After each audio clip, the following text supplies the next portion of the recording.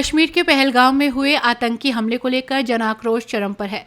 कायरतापूर्ण हमले में मारे गए निर्दोष लोगों की आत्मा की शांति के लिए गाजियाबाद में कैंडल मार्च निकाली गई।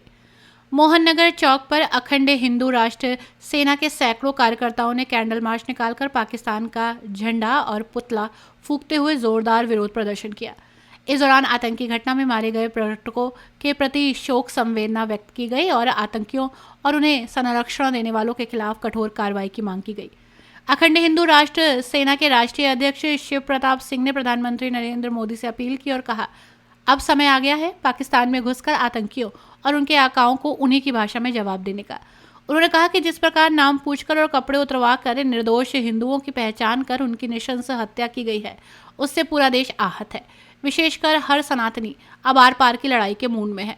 शिव प्रताप सिंह ने कहा कि अगर सरकार इस हमले का बदला नहीं ले सकती है तो सनातनियों को छूट दी जाए। हम पाकिस्तान में घुसकर उसे मिट्टी में मिलाने के लिए तैयार हैं। इसके लिए चाहे हमें अपनी जान ही क्यों न देनी पड़े, हम पीछे नहीं हटेंगे। पहलगाम में आतंकवादी हमला हुआ था, हिंदुओं की नृशंस हत्या की थी, आपने पुतला फूंका, क्या मामला?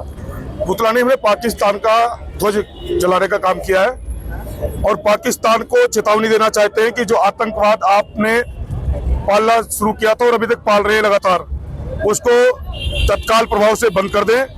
अन्यथा ये जो प्रोटोकॉल है, विदेश नीति है, ये सब धरी की धरी रह जाएगी। जिस दिन सनातनियों का जो टीम अगर पाकिस्तान की तरफ चलेगी तो पाकिस्तान में पैर रखने की जगह नहीं मिलेगी और इनको सर झुकाने का जगह नहीं मिलेगा। आपने देखा कश्मीर में जो वहां पर घूमने गए थे, हमारे देश के कोने कोने से देशभक्त थे, उन्होंने कलमा नहीं पढ़ा। उन्होंने कहा कलमा पढ़ के सुना, उन्होंने कलमा पढ़ के बताया ऐसे कलमा पढ़ा जाएगा, उन्होंने कलमा नहीं पढ़ा और उन्होंने कहा हम हिंदू हैं। उनको वहां पर नृशंस हत्या करके उनको वीर गति प्राप्त हुई। बहुत ही दुखद और शर्मसार घटना है। देश हमारा इतना ताकतवर है, उसके बावजूद भी है कहीं भी किसी जंगल और झाड़ी से निकल करके जिहादी आकर के कभी भी हमारे सनातनियों की हत्या कर देते हैं।